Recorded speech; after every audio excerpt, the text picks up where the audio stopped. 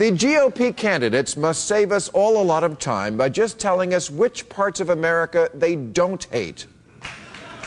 You know, so many Republicans nowadays speak with unbridled disgust for America's East Coast elites and San Francisco liberals and the Hollywood cesspool and the inside the Beltway mentality and Chicago-style politics. And then they accuse Obama of dividing America.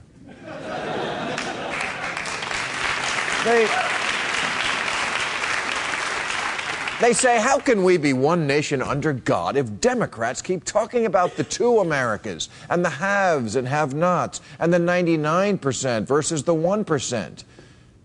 But there are two Americas.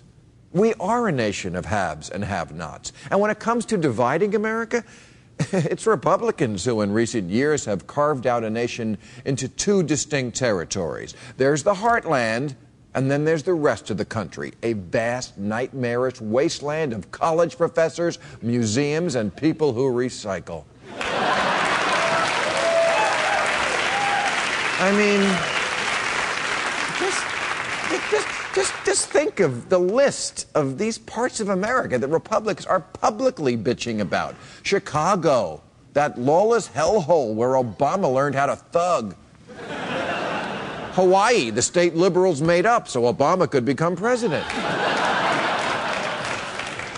Hollywood and San Francisco and, oh, fuck it, let's just say all of California, except for Orange County and the shitty parts of the valley.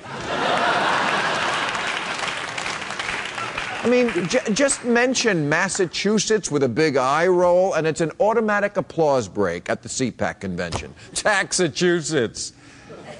Yeah. You mean the state that's #1 in education, #1 in health coverage, and is basically where our country started? Yeah, screw them. Honestly, if Sarah Palin were president and terrorists struck New York again, she would say two things. First, is Mount Rushmore okay?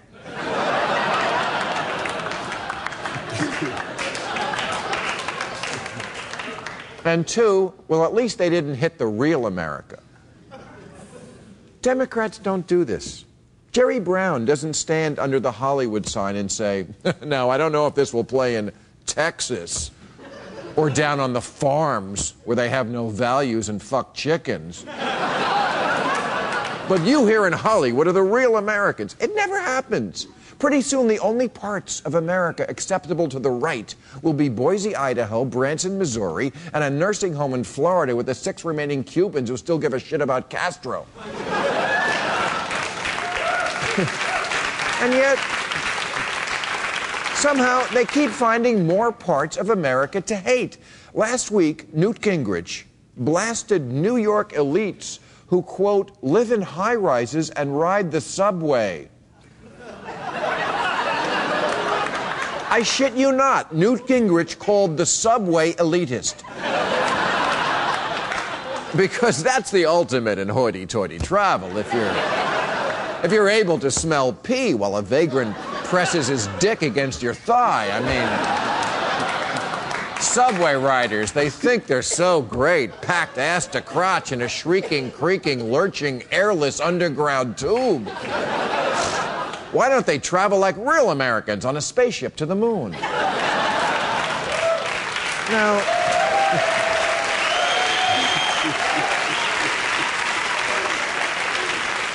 and mind you, Newt made these comments while in Las Vegas. In Las Vegas, he said elitists live in high-rises, unlike real Americans who live in pyramids, pirate ships, castles, and the canals of Venice. Yes, Newt and his fellow Republicans are deep patriots who can't stop loving America, except for the American people. They don't really care for those freaks at all.